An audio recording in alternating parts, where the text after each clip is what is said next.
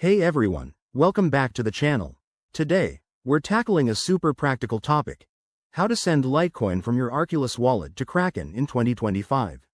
With the crypto world evolving rapidly, this step-by-step guide will help you navigate the process securely and efficiently, whether you're a beginner or an experienced trader. Let's dive right in. First things first, make sure you have the latest version of the Arculus Wallet app installed on your device.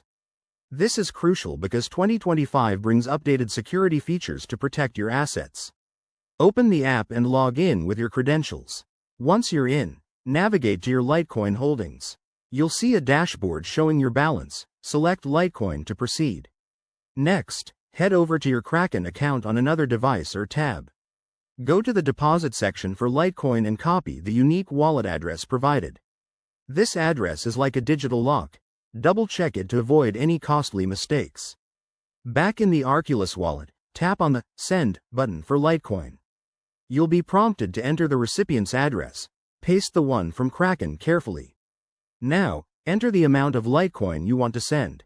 Remember, factor in any network fees, which might have changed in 2025 due to updates in the Litecoin blockchain. Always leave a little extra in your wallet for these fees to ensure the transaction goes through smoothly. Review all the details on the confirmation screen: the address, amount, and estimated fees. If everything looks good, hit confirm and authenticate the transaction using your wallet's security method, like a PIN or biometric scan. Once the transaction is broadcasted, it might take a few minutes to a couple of hours to confirm, depending on network congestion. Keep an eye on your Kraken account to verify when the Litecoin arrives. Pro tip: use two-factor authentication on both platforms to add an extra layer of security. And there you have it.